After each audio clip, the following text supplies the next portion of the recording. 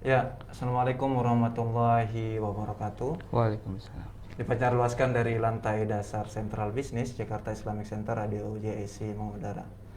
Bismillah ya, walhamdulillah wassalatu wassalamu ala rasulillah wa ala alihi wa ashabihi wa man tabi'ahu wa wala.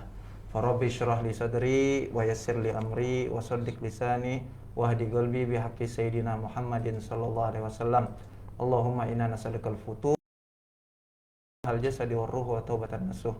Subhanaka la ilma lana illa ma 'allamtana innaka antal alimul hakim wa la haula wa la quwwata illa billahil aliyyil azim.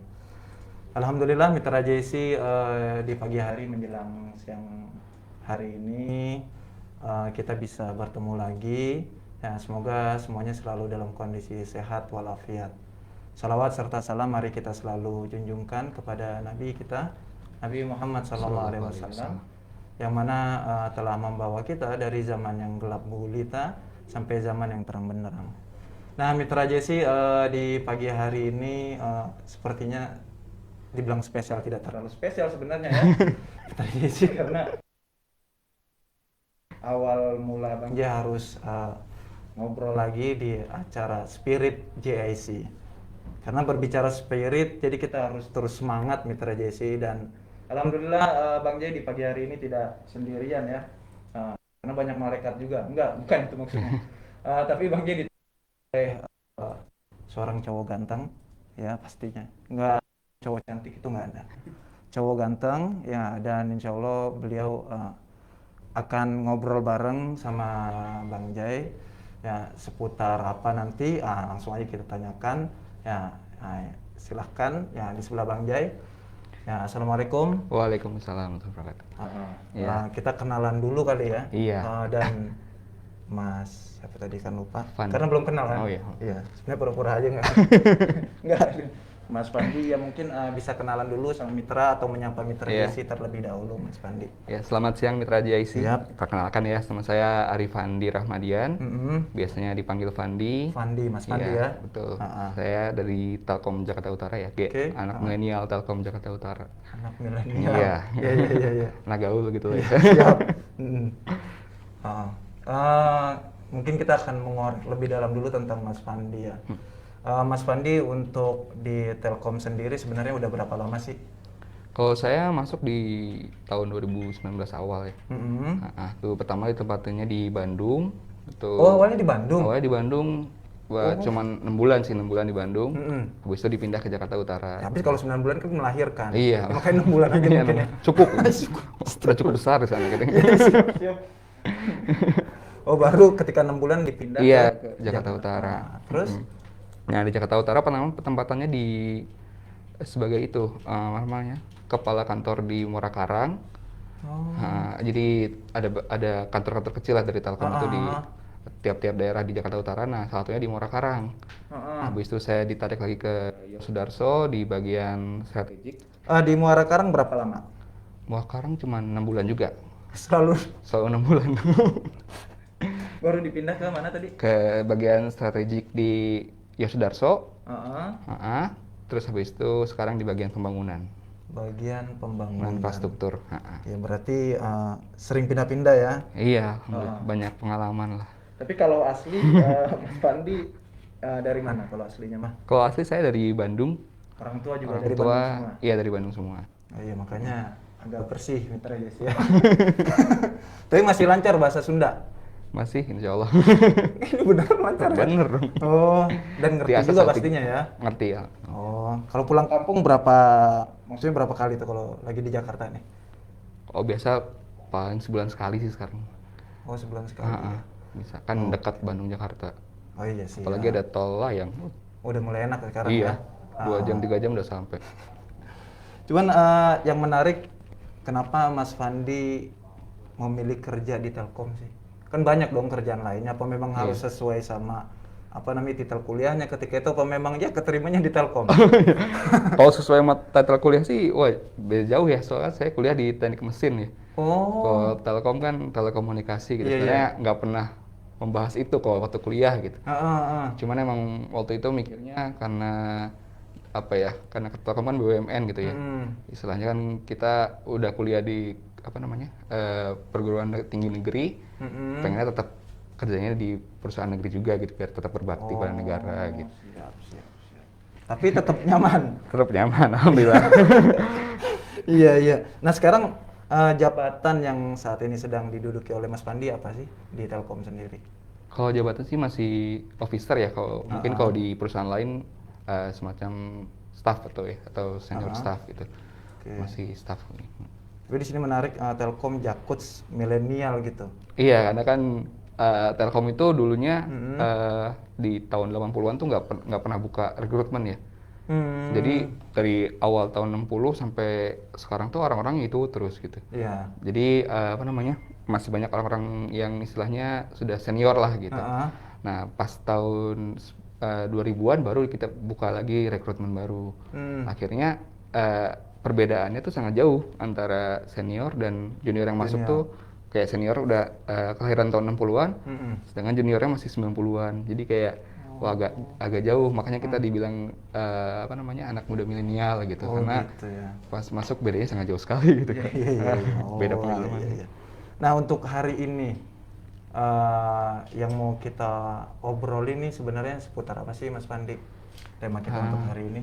Seputar ini kita kalau saya sih mikirnya ini tentang empati ya, bagaimana kita membangun empati sebagai seorang muslim milenial gitu. Oke. Nah kalau misalnya mau dijelasin juga empati itu seperti apa gitu ya. Iya. Nah, jadi ini cerita pengalaman aja ya. Oke, menarik sekali. Jadi kan saya tuh kuliah di Surabaya ya. Kuliahnya di Surabaya? Iya, kuliah di Surabaya. Saya prediksi tadi Bandung loh. Orang Bandung tapi kuliah di Surabaya. Kerja di Jakarta? Dari Jakarta. Oh, ntar berumah tangga di Makassar atau Sulawesi? Enggak lah. Semoga tetap di sini aja gitu ya. Iya kan, saya kuliah di Surabaya. Iya. Dan biasanya kalau pulang itu kan ya 6 bulan sekali. Nah, kalau nggak naik kereta naik pesawat itu ya. Nah, waktu itu sempet tuh saya lagi di bandara, lagi nunggu pesawat. Nah, itu ada bayi nangis gitu di situ. Kalau kita lihat bayi rewel gitu di sana tuh kan biasanya kita tuh kayaknya kasihan gitu sama orang tuanya gitu. Wah, kayak kasihan ya bayinya rewel gitu. Iya. Tapi ada juga orang yang kayak kayak apa sih anak bayi nangis terus gitu ya. Kayak gitu kayak kesel gitu. Mungkin dia pindah duduk. Dan saat itu saya posisinya lagi kayak kasihan gitu ke orang tuanya gitu. Tapi di saat itu juga ada anak usia 2 atau 3 tahun gitu ya, yang udah bisa jalan. Dia lagi bawa dot. Dia jalan ke dekat anak itu, dia copot dotnya dan dikasih ke anak itu gitu. Karena dia merasa kasihan ke anak itu karena dia menangis. Iya, itu anak kecil gitu. Kayak saya melihat itu kayak wow gitu. Karena anak kecil aja yang maksudnya istilahnya ngomong aja belum lancar gitu ya. Iya. Dia bisa merasakan apa yang dirasakan oleh si bayi itu gitu. Nah, jadi empati itu sebenarnya seperti itu. Jadi kayak bagaimana kita bisa memposisikan diri kita sebagai di posisinya orang lain gitu. Ketika kita melihat orang lain itu sedih, kita bisa merasakan bagaimana kesedihan si orang itu gitu. Dan itu adalah sebuah skill ya, bukan bawaan lahir itu sebenarnya. Dan namanya skill tuh bisa dilatih gitu seperti itu. Oh itu empati ya? Iya, empati. Contoh dari yang udah Mas Fandi rasakan gitu tentang empati gitu. Kemudian ini menarik Mitra JC berbicara empati. Akhirnya Bang J mulai sedikit paham, bukan paham sekali gitu. Mengutip dari hadis Nabi yang Nabi pernah bersabda la yu'minu ahadukum hatta yu'minu li akhihi ma yuhibbu li akhihi. Gitu. Jadi kita belum dikatakan beriman nih, Mas Fandi, sampai kita mencintai saudara kita yang sama muslim seperti kita mencintai diri kita sendiri. Contoh misal kalau kita dikasih baju jelek, kira-kira kita seneng nggak sih? Nah itu jangan begitu dong. Kita aja nggak seneng digituin. Itu mungkin maksudnya ya. Iya, seperti berarti itu. Ini sesuai dengan hadis Nabi. Betul. Ini Bang Ji baru sedikit paham. Oh itu yang disebut empati. Iya. Jadi kita harus bisa merasakan apa yang orang lain. Gimana tadi di posisi dia ya gitu ya. Merasakan memiliki pandangan yang sama kayak dia gitu. Jadi kayak kita memposisikan diri seperti apa yang dia rasakan. Oke. Nah, sebenarnya seberapa mengapa sih kita sebagai seorang muslim nih kita harus menjaga empati itu? Seberapa penting sih gitu? Jadi kan emang manusia ini bisa bertahan hidup di Yap. bumi ini karena kita ini selain diberikan akal oleh Allah Subhanahu wa taala, kita juga merupakan makhluk sosial gitu ya. Dan kita juga dalam makhluk sosial ini dimana kita terus membantu satu sama lain atau berinteraksi satu sama lain, dan akhirnya terbentuk yang namanya lingkaran keamanan gitu di antara kita, misalnya kayak satu keluarga gitu, itu adalah lingkaran keamanan kita kayak gitu. Nah, karena kan waktu zaman dulu ya, misalnya zaman manusia purba gitu, kalau misalnya mereka berjuangnya sendiri-sendiri, pasti kan udah kalah sama si singa yang gede apa ya gitulah, kayak mamut gitu kan, kayak gitu pasti udah hancur lah gitu. Makanya kenapa kita bisa bertahan tuh karena kita butuh orang lain gitu. Nah, tapi kan sampai saat ini pun si sifat empati itu mulai makin lama makin menurun ya. Ada sebuah research dari Amerika, dari Michigan University, bahwa di tahun 80-an dibandingkan tahun sekarang, 40% itu orang 40% orang lebih empati di tahun 1980 dibandingkan tahun ini gitu. Karena kenapa sih orang zaman dulu bisa lebih empati daripada kita? Salah satunya karena kita terbiasa dengan gadget gitu kan ya. Nah, tapi kan kalau sekarang COVID itu kayaknya nggak mungkin ya lepas dari gadget gitu kan. Nah, makanya itu kalau misalnya membangun empati itu walaupun dengan kondisi sekarang, itu kita bisa maksimalkan, walaupun jadi kita bukan jadi kayak anti teknologi nggak pakai gadget gitu ya, tapi bagaimana kita menggunakan gadget itu untuk tetap bisa berinteraksi sosial dengan orang lain dan bisa membantu orang lain. Contoh yang bisa kita lakukan lewat gadget apa? Empati Contoh, kita. cara gampang sih, setiap misalnya pasti semua orang di sini pernah Zoom meeting gitu ya. Nah, kalau Zoom meeting itu pasti kan bisa nyalain video, bisa enggak. Salah satu paling gampang tuh nyalain video aja gitu. Karena dengan kita nyalain video berarti kan kita istilahnya kita mengorbankan sedikit privasi kita gitu ya. Bukan privasi, sedikit usaha kita untuk supaya orang tuh bisa melihat kita di hal yang keadaan yang terbatas saat ini gitu. Nah, tapi kan kadang banyak sekali kalau kita lihat Zoom tuh kayak suaranya ada tapi mukanya nggak ada gitu. Kan kadang kita ya dengerin aja tapi suka nggak masuk gitu. Beda dengan ketika videonya nyala dan kita lihat orang itu, misalnya kita ngomong dan kita lihat orang itu benar-benar ngelihat ke kita, itu kan kayak terasa lebih kayak dihargai gitu kan. Seperti itu. Nah, ini kan kita membahas tentang seputar empati gitu. Kita coba masuk ke ranah kerja kali ya. Ini gimana sih ngebangun empati kadang ya, atasan sama bawahan atau sebaliknya, bawahan sama atasan, karena kan ada yang dia jadi bos gitu, berbeda dengan leader ya, yang dia bisa kita kerja bareng gitu. Ada nggak sih maksudnya masukan atau tips lah gitu biar kita bisa ngebangun empati di dunia kerja khususnya di dunia kerja gitu. Yang memang mungkin Mas Pandi punya pengalaman pribadi gitu dan ya gitulah. Jadi kalau membangun empati itu dimulai dengan mau mendengarkan permasalahan orang lain. Dengan mendengarkan nggak cuma dengerin gitu ya. Tapi kalau misalnya kita bisa ketemu gitu, bagaimana kita membangun kontak mata gitu, postur tubuh kita gitu kan. Kan nggak mungkin ketika kita ngobrol sama orang kita tangannya gini. Iya. Kalau di sini rame. Di sini rame. Tapi kan gimana postur tubuh kita tuh, gimana tuh orang itu bisa nyaman ketika dia menceritakan permasalahannya kepada kita. Nah, salah satu tempat kerja juga kita tuh nggak boleh kayak menilai orang, misalnya si bapak ini datangnya telat gitu. Telat mulu lu, gitu kan. Kadang-kadang gitu. Padahal kan orang telat tuh banyak gitu ya alasannya gitu. Bisa dia nganterin anaknya dulu gitu, bisa misalnya atau pas mau berangkat tiba-tiba mobilnya mogok atau apa gitu. Tapi kita nggak pernah tahu kan gitu. Nah, salah satunya itu adalah berhusnuzon gitu. Husnuzon, ini dia tradisi. Jadi dulu kan saya pernah ikut pelatihan atau pesantren lah di Darut Tauhid ya, Agim. Masih Bandung ya? Masih Bandung. Waktu masih Bandung. Di Jawa Tengah nih. Belum. Nah, itu setiap beliau ngomong tuh selalu ada satu kata-kata yang dia ucapkan tuh, ketika kita melihat kezoliman, lihat dulu 1000 alasan baik di baliknya sebelum memutuskan bahwa alasan itu buruk gitu. Jadi setiap orang melakukan kesalahan tuh cuma ada satu alasan buruk gitu, tapi ada 1000 alasan baik. Iya kan? Kayak mungkin kalau dia telat, ya mungkin dia alasannya kayak tadi banyak gitu ya. Dia istrinya mungkin lagi ribet itu jadi nggak sempat masakin sarapan, dia jadi masak sendiri gitu misalnya. Anaknya lagi susah gitu. Atau mungkin ya emang dia orangnya malas aja gitu. Tapi kan alasan jeleknya cuma itu doang gitu, cuma malas doang. Sedangkan masih banyak 1000 alasan baik di baliknya itu yang merupakan alasan kenapa dia melakukan sebuah kesalahan gitu. Dan dengan empati itu kita berusaha mengerti kenapa orang itu melakukan kesalahan. Bukan menjadi justifikasi bahwa kesalahan itu jadi boleh gitu, enggak. Tapi kan ketika kita berempati, tahu alasannya, kita jadi bisa memberikan solusi yang lebih tepat gitu. Sehingga tidak terjadi lagi kesalahan-kesalahan berikutnya seperti itu. Tetap ya, kita harus tetap melurusin lah ya. Betul. Kalau salah tetap salah, tapi kan mencari penyebab kesalahan itu dengan empati. Menarik. Iya. Ya jadi ingat entah ini firman apa hadis bang dia lupa, yakumozon gitu.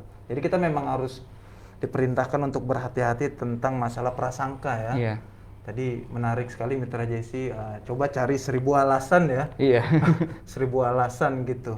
Jangan hanya melihat satu kesalahan gitu. Ini bagaimana manusia memandang Mitra Jesse ya. Kita udah ngelakuin kebaikan nih Mas Fandi nih, banyak udah gitu. Ketimbang satu salah semua udah. Semua, iya. Bingung kita.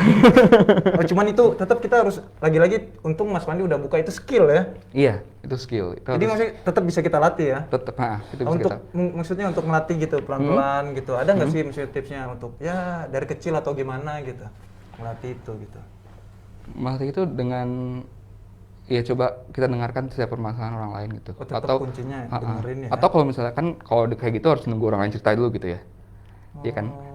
Kalau misalnya kita harus nunggu kan biasanya ya nggak semuanya hadir gitu. Iya. Coba kalau gitu kita berusaha menjadi orang yang menceritakan permasalahan kita pada orang lain gitu. Ngerti nggak sih? Jadi kita buat sebuah lingkungan di mana kita tuh bisa share apapun yang menjadi concern kita gitu. Dan berikutnya mungkin pasti orang lain juga akan meng-share itu juga gitu.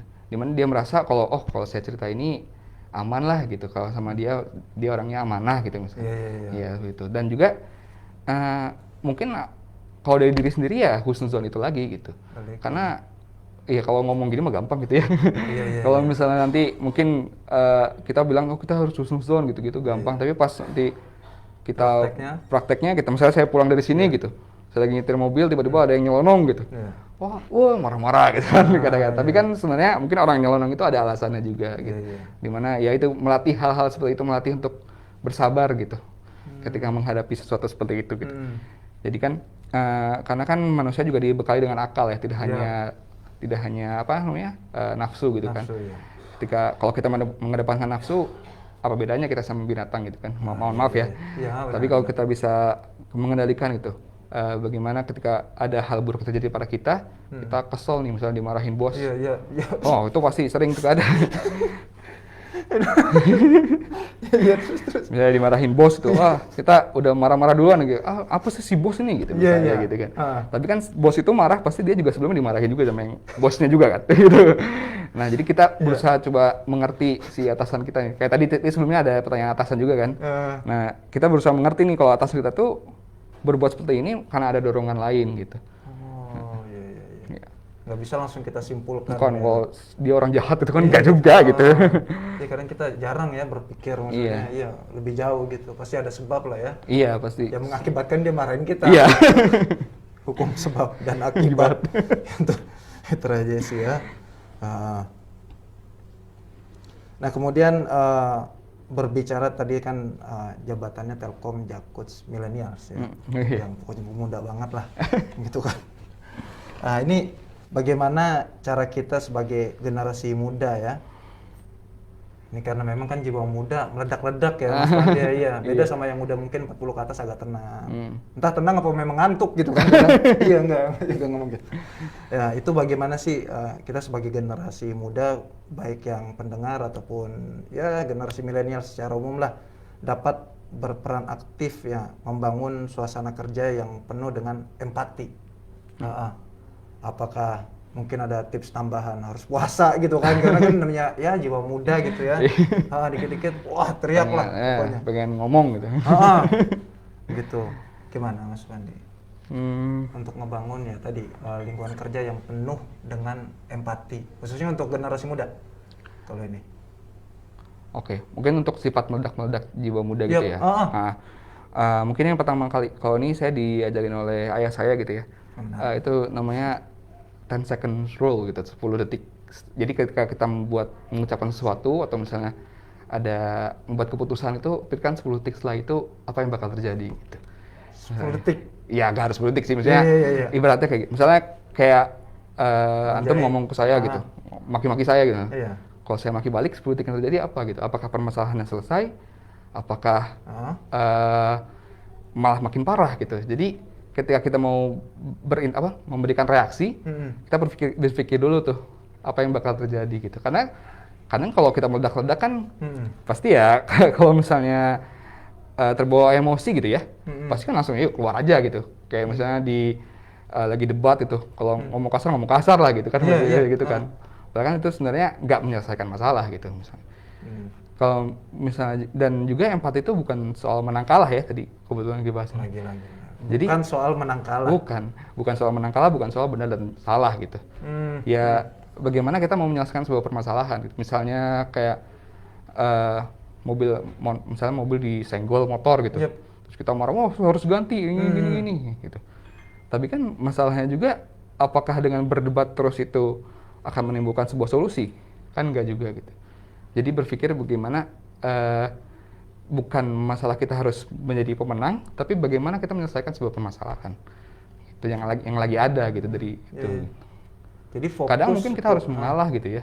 Kadang ketika mungkin emang motornya, misalnya tabrak motor yang salah, tapi kan mau ganti juga mungkin dia nggak ada uang atau gimana gitu kan, nggak mungkin juga kita paksa-paksa kan. Akhirnya ya udah kita harus legowo gitu, ya udahlah gitu kan. Yang penting kan sebenarnya bagaimana masalah itu terselesaikan gitu, bukan siapa yang menang dan siapa yang benar dan siapa yang salah gitu. Berarti fokus ke penyelesaian masalahnya. Betul. Ya. Ya bukan masalah menang kalah atau benar salah. Iya gitu. betul. Oh berarti untuk ya generasi muda ya tadi yang menarik adalah apa 10 second rule, 10 detik. Kasih waktu 10 detik gitu. Iya, untuk berpikir gitu. Menarik sekali. Jadi nggak bisa langsung ya. Iya. Berarti di dunia kerja pun sama kita gitu mungkin ya, nggak bisa langsung buru-buru ngambil keputusan gitu. Ya. Mitra JC, jadi ini menarik ya 10 second rules. Iya. Ya. Ini jadi kita nggak bisa langsung mengambil keputusan gitu. Jadi harus berikan waktu sejenak, yang mana nanti yang kita pikirkan ketika itu akibatnya gitu. Iya, setelah akibatnya. Itu. Ketika kita misalnya kita mau ngomong A atau mau memberikan keputusan A, B, C gitu. Kira-kira dari A, B, C itu apa akibatnya gitu, apa resikonya gitu. Ini menarik. Ada nggak sih pengalaman pribadi gitu, Mas Fandi ketika yang sebelumnya mungkin ya, sebelum ayah nasehatin itu gitu, yang ketika diomelin mungkin langsung marah, kemudian yang kedua yang mungkin mulai berubah dengan format 10 second rules tadi. Oh iya. Ada nggak sih pengalaman pribadi gitu mungkin? Kalau namanya masih muda pasti namanya anak muda ya pasti kalau misalnya ada gangguan dikit emosi gitu ya. Jelas. Saya dulu pernah lagi nyetir motor, terus kayaknya lagi ngelamun dikit, nabrak motor depannya gitu. Dan kebetulan motor depannya tuh tentara. Ya kebetulan nggak ada yang luka, nggak ada yang jatuh apa-apa sih, cuman dia minta minggir gitulah istilahnya. Si tentaranya tersebut. Terus pas saat itu minggir, dia ngomelin saya kan namanya juga masih muda ya, mau ngomelin juga gimana gitu. Lihat ininya kostumnya. Iya, gitu. Tapi karena kebawa emosi kan, akhirnya ngomel juga gitu. Maksudnya ya gitu-gitulah. Akhirnya dia dipukul tentara tersebut. Dipukul habis itu dia makin emosi.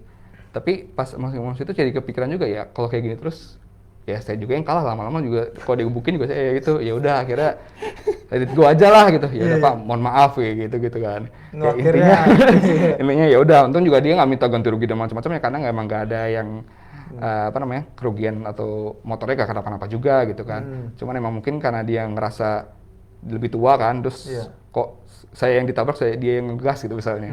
Jadi ya mungkin main fisik lah, tapi ya setelah itu ya udah gitu.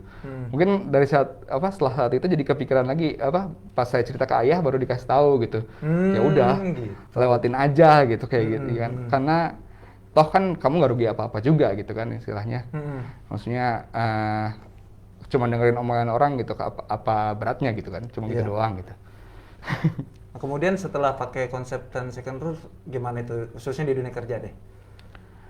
Dunia kerja sih iya, jadi Ada nggak setiap sih cerita atau kejadian gitu? Kalau kejadian sih mungkin belum ada yang terlalu spesifik ya. Yap. Cuman kalau misalnya kayak kalau setiap saya sekarang membuat keputusan gitu, selalu dibarengi dengan resiko yang ada nanti ke depannya gitu. Karena di setiap keputusan kan pasti ada plus minusnya ya, ada resiko yang bakal menghampiri saya juga gitu ke depannya. Apakah itu pertanyaannya, apakah saya bisa hidup dengan resiko tersebut atau tidak gitu. Sebenarnya ke arah situ sih. Cuman kalau untuk ya mungkin kayak menikah gitu kan. Iya. Kayak menikah itu kan ada resikonya gitu Pasti. kan, berarti kan. Nah, itu kan sebuah pilihan besar ya. Nah, apakah jadi ketika saya menikah itu saya list dulu nih resiko saya ini, resikonya apa aja nih misalnya. Berarti nanti hidupnya lebih ada yang ngatur gitu istilahnya. Kan dulu kan masih bujang ya, bebas aja mau keluar malam gitu-gitu kan. Nah, terus nanti kalau udah punya anak berarti kan harus menjadi contoh yang baik ya buat anak gitu kan. Nah, mungkin kan kalau saya punya anak tapi saya masih istilahnya sering main keluar yang gitu-gitu. Berarti kan ada batasan-batasan yang terjadi di hidup saya gitu. Ketika saya list itu dan juga saya list apa yang saya dapatkan setelah menikah gitu. Saya dapat seorang istri yang menemani gitu. Saya mungkin insya Allah dapat surga mungkin nanti kan. Nah, apakah yang saya dapatkan itu lebih besar dibanding resikonya atau tidak? Dan saya pikir ya saya dapat lebih banyak gitu. Makanya saya berani mengambil keputusan tersebut. Untuk menikah. Iya. Selamat. Ya Allah. Anak udah berapa, Mas Pandi? Baru 1. Iya, selamat. Alhamdulillah, ya. Itu lebih besar keuntungannya ya. Iya.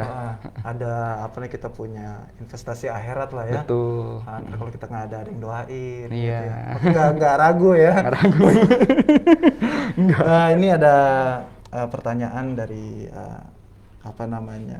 penonton kita, mungkin dari ini bacanya susah ya, Bioletil kali. Pertanyaannya adalah, apakah empati bisa diterapkan ke orang tuh yang memang udah benar-benar punya niat jahat? Contoh misal mungkin yang dimaksud gini, ini maling nih. Nah, Ya, maksudnya dia udah benar mau maling gitu, tapi kita berusaha untuk husnuzon gitu. enggak. Enggak. Cuman dia udah ngerogoh gitu kan. Ya cuman kan bisa aja kali ya si malingnya dia kotor nih. Iya. Ya, cuman kan tetap kita udah yakin ya orang punya niat jahat. Bisa nggak sih empati itu diterapin sama orang yang udah pasti punya niat jahat? Karena kalau kita sampai husnuzon kita nggak tepat kan, ya lumayan HP hilang tas kan. Nah itu gimana Mas Pandi, mungkin bisa kasih kita sedikit masukan? Kayak aduh. Pertanyaannya susah juga ya. Jadi emang itu kan salah satu kekurangannya gitu ya. Bukan kekurangan sih. Jadi dalam empati itu misalnya kayak tadi ada orang mau berniat jahat kepada kita. Udah jelas Kan banget itu. udah jelas banget ya. Iya, niat jahat. Ya tetap aja dong di apa namanya?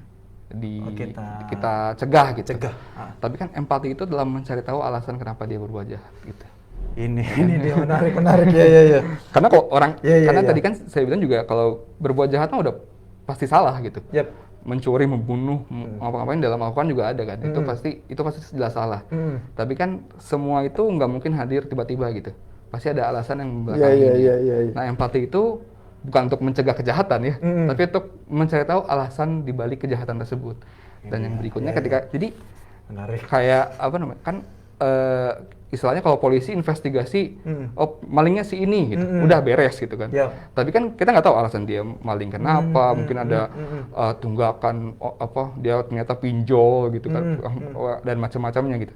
Dan dari situ kan sebenarnya kita bisa dengan empati itu kita bisa mendapatkan si alasan-alasan orang ini membuat seperti itu, dan juga kita bisa kalau misalnya ada kapasitas untuk membuat solusi, kita bisa membuat solusi yang dimana orang-orang yang mencuri karena akibatnya itu nggak muncul lagi gitu. Misalnya karena pinjol gitu, berarti kalau misalnya ternyata kita orang yang punya power di pemerintahan, udah tutup aja pinjolnya semua gitu kan. Berarti kan nggak ada orang yang pinjol lagi gitu misalnya. Kayak gitu. Ini menarik ya. Jadi Iya. menyelesaikan masalah ya. Iya. Beda sekali. Jadi mungkin ya tadi kalau misalnya memang ada yang mau maling, kita cari tahu kenapa sih kok kamu maling gitu. Iya. Kalau udah Masalahnya ketangkep di ya. mana, apa ekonomi gitu. Kita bantu berarti ya. Gitu. Oh iya ini menarik. Ya, jadi bukan sekedar apa tadi siapa benar, siapa salah. Iya. Balik lagi ke awal berarti ya. Tujuannya mau kemana? Menarik. Walaupun dia benar-benar jahat ya, tetap Iya. kita harus cegah. Cuman setelah itu harus ada masalah yang kita benar-benar bisa selesaikan dan memberikan solusi yang tepat gitu. Menarik sekali ya. Sebenarnya ini pertanyaan cukup sulit gitu. Saya juga nggak bisa jawab gitu sebenarnya. Gimana gitu ya. Berarti empati apa tadi fokus ke penyelesaian masalah berarti ya, Mas Pandi ya. Bagaimana kita memposisikan diri. Sebenarnya empati itu sebuah media jadinya. Gimana kita memposisikan diri kita sebagai orang itu gitu. Misalnya ketika kayak tadi pencuri tadi gitu. Pencuri. Misalnya anggap saja dia karena alasan ekonomi gitu. Misalnya kita di posisi dia dengan ekonomi yang rendah gitu, utangnya di mana-mana. Iya. Ya kan pasti bingung ya orang itu mau melakukan apa gitu. Nah di situ kita jadi kayak berasa ternyata dia mencuri itu sebagai mungkin ya pilihan terakhir dia nggak tahu mau ngapain lagi gitu kan. Nah berarti kan ada solusi yang kita harus terapkan, yaitu bagaimana kita mengurangi bukan mengurangi ya, jadi kayak bisa membantu orang-orang yang istilahnya terjerat permasalahan seperti itu gitu. Karena ada yang bisa bikin donasi atau kita kumpulkan orang-orang tersebut kayak gitu. Jadi sebenarnya solusi yang kita berikan tuh tepat gitu ke akar permasalahannya. Bukan jadi kayak cuman maling di penjara udah beres. Tapi kan ya permasalahannya masih ada sebenarnya gitu. Yang kita tangkap cuman si batang-batangnya doang gitu. Kayak gitu. Jadi legowo ya. Jadi plong. Iya. Oh jadi gitu ya. Ya selama ini kita udah dia pencuri gitu. Pokoknya ya harus dihukum. Gitu kan. Ya belum anak istrinya nanti ya di rumah kasihan ya. Ya Allah. Ya gimana kalau kita yang jadi dia? Ya aduh, ini gak boleh nangis ya. Ntar programnya aneh kali ya. Iya, jadi gak spirit, kita jadi gak semangat kan. Sedih ini. Iya jadi curhat gitu curhat, kan. Gitu, oh iya. Ya saya jadi berpikir ya, benar.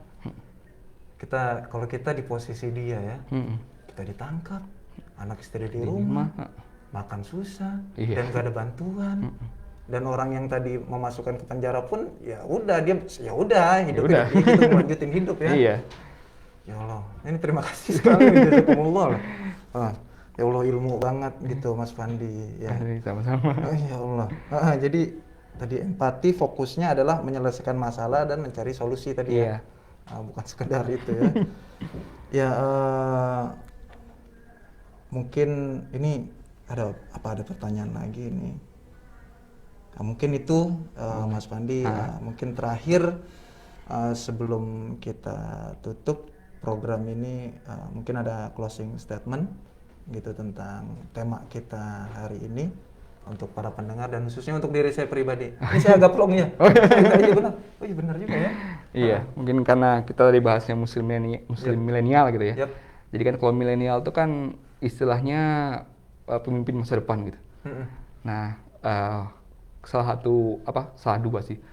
dua sifat yang harus dimiliki pemimpin tuh adalah yang pertama tuh empati tadi, yang kedua tuh perspektif gitu.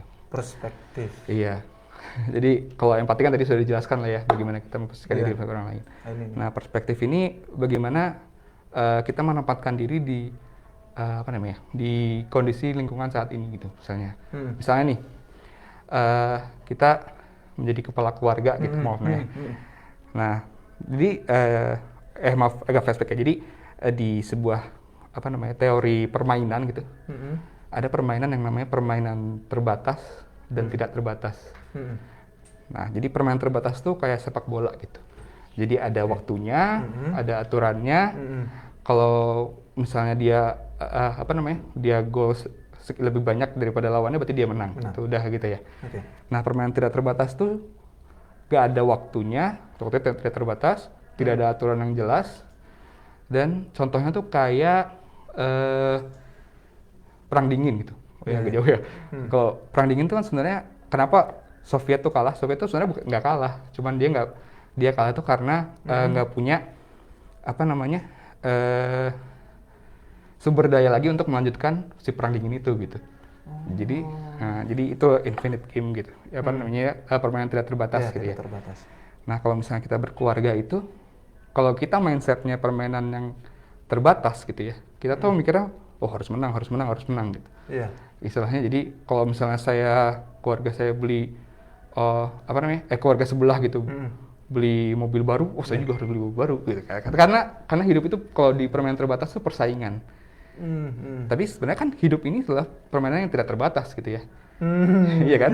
Karena nggak penting gitu kamu membanding-bandingkan diri dengan orang lain, kamu punya barang lebih dari orang lain karena itu nggak dihitung juga gitu di akhirnya gitu kan. Jadi bagaimana bermain di permainan tidak terbatas ini dalam hidup gitu, itu dengan kamu memiliki tujuan hidup yang jelas gitu. Jadi kalau dulu saya pernah pesantren itu, kalau tujuan hidup seorang muslim itu adalah mencari ridha Allah gitu. Nah seperti itu. Jadi ketika kita punya tujuan hidup yang contohnya mencari ridha Allah itu, jadi kayak setiap pilihan hidup yang kita pilih dalam hidup ini itu semata-mata hanya untuk mencari tujuan ridha Allah aja gitu. Nggak perlu kayak membanding-bandingkan diri kepada orang lain, nggak perlu kayak itu membandingkan diri tujuan orang lain gitu ya. Jadi karena membanding-bandingkan itu kan nggak pernah ada habisnya gitu. Jadi sebuah pesan aja gitu buat ke teman-teman gitu, bahwa di masa depan tuh fokus kepada apa yang ingin kamu capai gitu. Tujuan mulia yang ingin kamu capai. Jangan membanding-bandingkan diri dengan orang lain karena emang nggak ada manfaatnya juga gitu. Itu aja. Ya, berarti tadi yang pertama empati, yang kedua adalah perspektif tadi ya, penjelasan perspektif sudah dijelaskan oleh Mas Fandi dengan sangat detail Mitra JC. Dan insya Allah setelah tayangan ini semoga kita bisa jadi lebih baik pastinya Mas Fandi ya. Amin ya bro. Bisa jadi lebih husnuzon. Ya. Tadi mungkin ada pengalaman ya, tadi ada ya pencuri mungkin gitu ya. Benar-benar. Dan kasih 1000 alasan Mas Fandi ya. Tadi ya, setiap ada kesalahan mungkin yang dilakukan ya. Oke Mitra JC, Bang J kira cukup untuk hari ini. Kami berdua juga ucapkan terima kasih yang pertama atas Mitra JC yang sudah stay tune dari awal sampai akhir melalui via Facebook, dan nanti insya Allah ini akan kita tayangkan di YouTube ya. Jadi bagi Mitra JC yang mungkin terlewat dari awal, insya Allah bisa melihatnya di YouTube kami yaitu JC TV. Dan Mitra JC, sebelum kami pamit, kami mohon maaf yang sebesar-besarnya atas segala kekurangan kami ya. Lafu minkum, syukran katsiran ala ihtimamikum. Wassalamualaikum warahmatullahi wabarakatuh. Waalaikumsalam. Oke, makasih. Ya, jazakumullah. Ini pelong banget. Asli, ilmu banget asli. Woi, gimana? Jazakumullah ya. Ya benar juga ya. Dia cuma tahu suzon, cuman maksudnya prakteknya gimana gitu. Iya.